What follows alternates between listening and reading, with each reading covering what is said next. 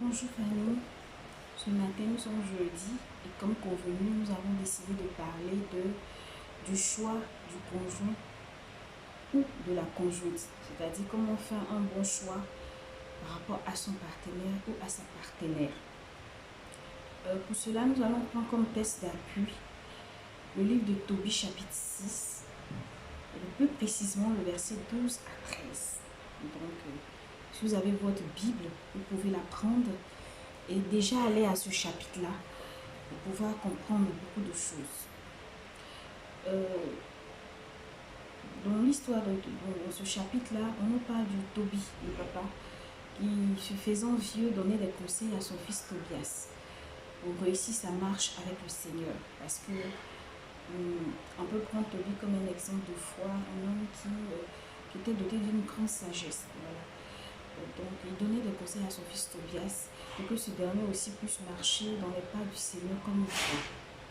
Et parmi ces conseils, le verset 12 et 13, dans le verset 12 et 13, il dit à son fils, ne marie pas une étrangère.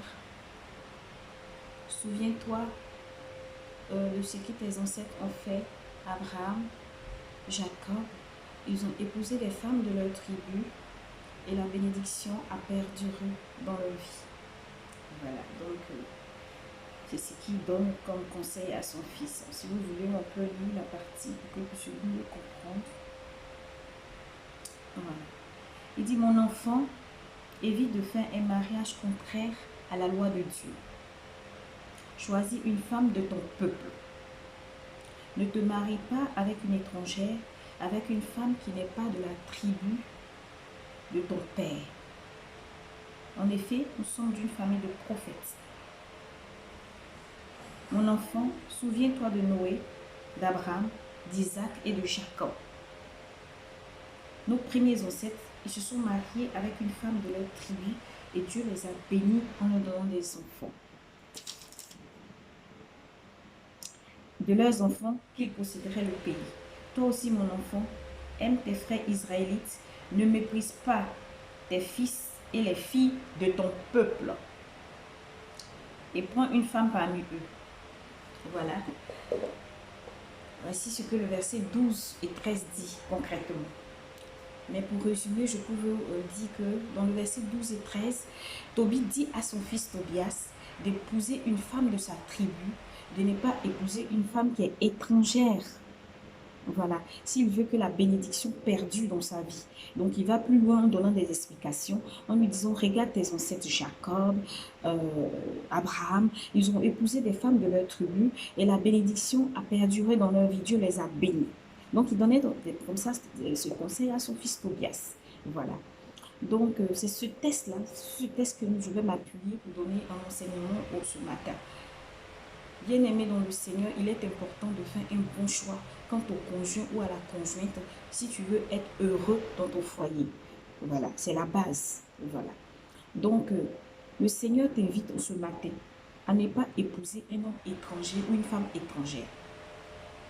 Quand il dit étranger, il parle de quoi? Il ne parle pas de deux personnes qui n'ont pas la même nationalité. Il ne parle pas de deux personnes qui ont des peaux différentes.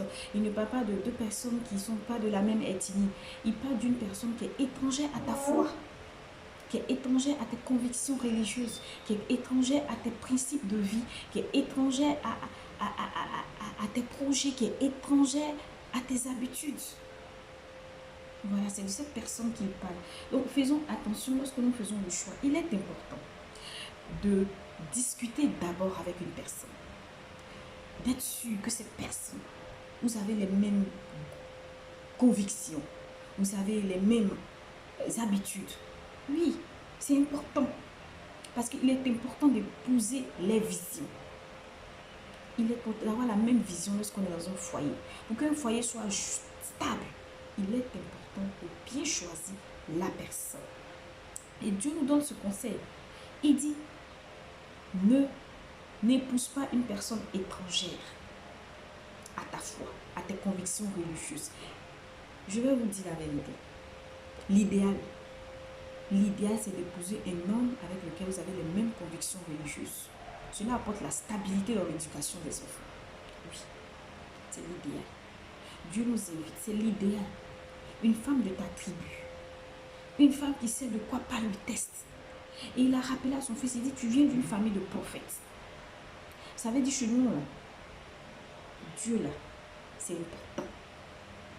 Chez nous, là, nous avons des convictions. Nous avons des convictions. Donc, il faut bien faire ton choix.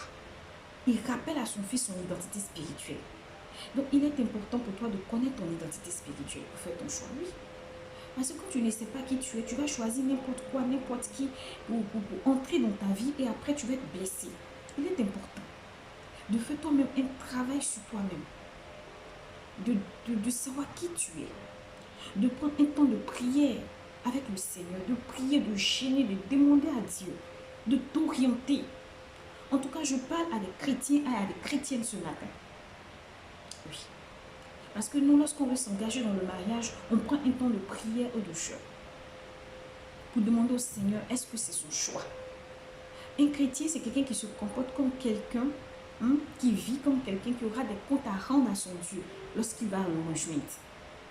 Donc c'est à ces personnes-là que je m'adresse ce matin. Bien aimé dans le Seigneur, c'est difficile lorsque tu te dis chrétien et tu épouses un homme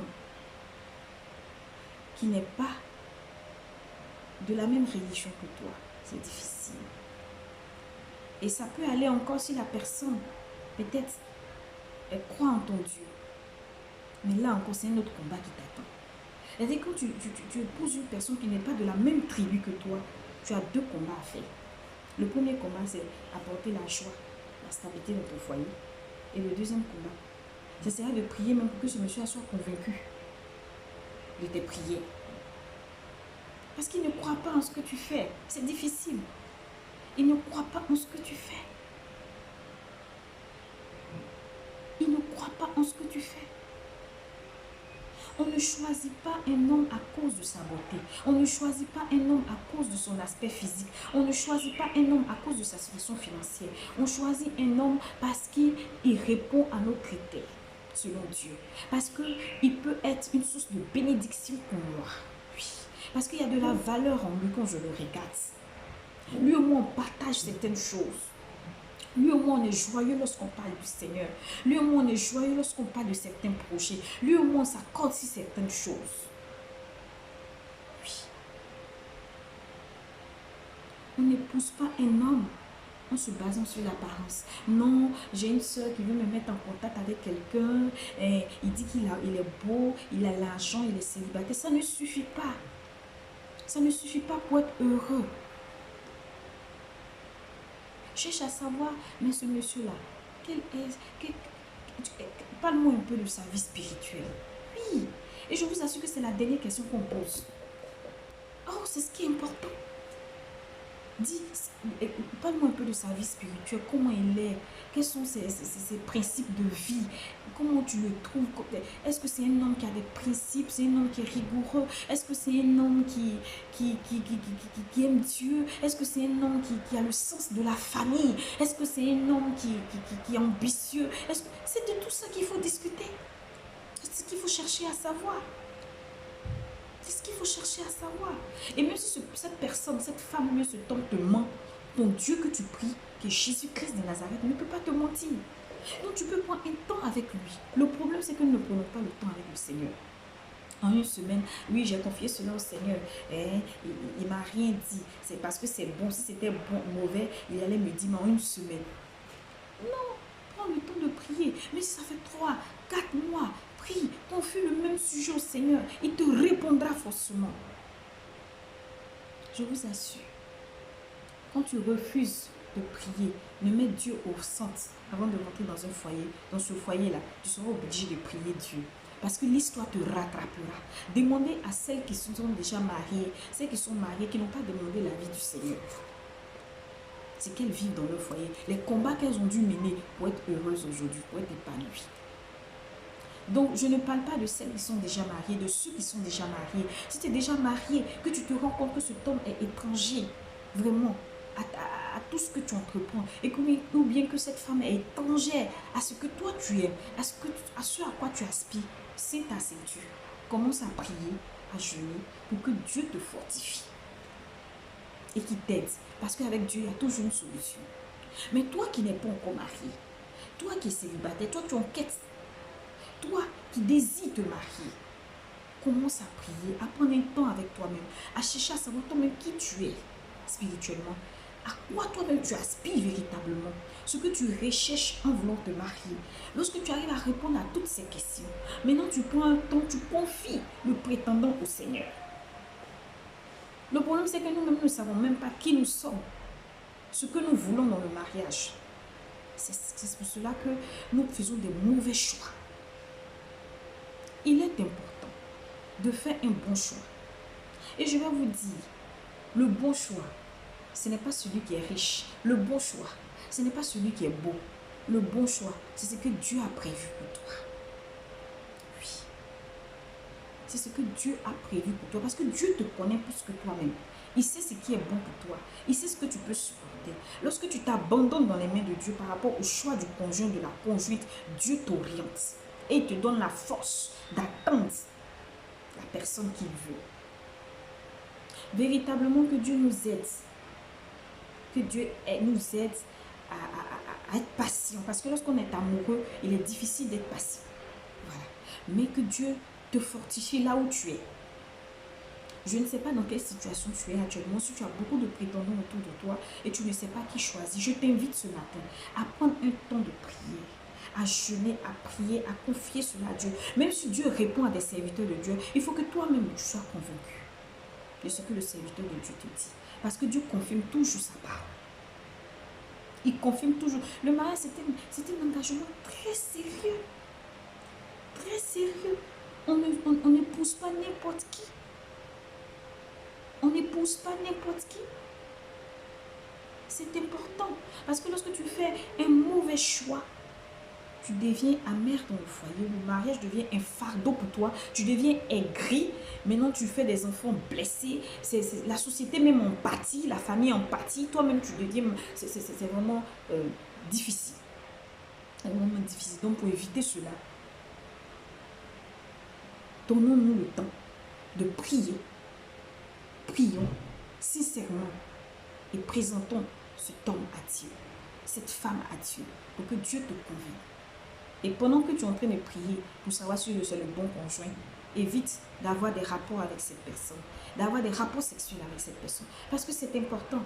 Au moment où tu es en train de prier pour savoir si c'est le bon, et déjà tu sors avec cette personne, c'est difficile. Dieu ne peut plus te répondre. Toi-même, tu as déjà répondu. Tu t'es donné déjà ce temps. C'est difficile. C'est difficile. Du coup, tout est noir autour de toi. Tu sais même. Tu es en train de demander à Dieu si c'est la bonne personne, mais tu as des relations sexuelles avec cette personne. C'est grave. Lorsque tu es en train de demander à Dieu si c'est la bonne personne, c'est parce que tu veux savoir si c'est bon ou pas avant de te décider. Mais tu t'es déjà décidé et tu demandes à Dieu. Dieu passe en second plan. Dieu ne peut plus te demander. Il n'a plus d'autorité dans ton foyer, dans cette décision. Et après on dit non, j'ai confié au Seigneur. J'avais confié au Seigneur. Il ne m'a rien dit. Et moi-même, je sentais que le monsieur m'aimait. Tu sentais que le monsieur t'aimait, mais est-ce que c'est le bon? Est-ce que c'est celui qui va te rendre heureuse? Est-ce que c'est celle qui va te rendre heureux? Véritablement que Dieu nous aide. Et comme Tobias, qui a écouté les conseils de son père, parce que si vous avez lu la Bible, il a épousé Sarah, une femme de sa tribu. Il y a eu beaucoup d'obstacles. Sarah était persécutée par un démon qui tuait ses maris, mais n'a pas pu toucher à la vie de Tobie, parce que la faveur de Dieu était sur Tobie. Pourquoi la faveur de Dieu était sur Tobie? Parce que Tobias plutôt. Pourquoi la faveur de Dieu était sur Tobias? Parce que Tobias a épousé la femme que Dieu voulait. Donc lorsque tu épouses l'homme ou la femme que Dieu veut, sa faveur est toujours sur toi. Je vous remercie.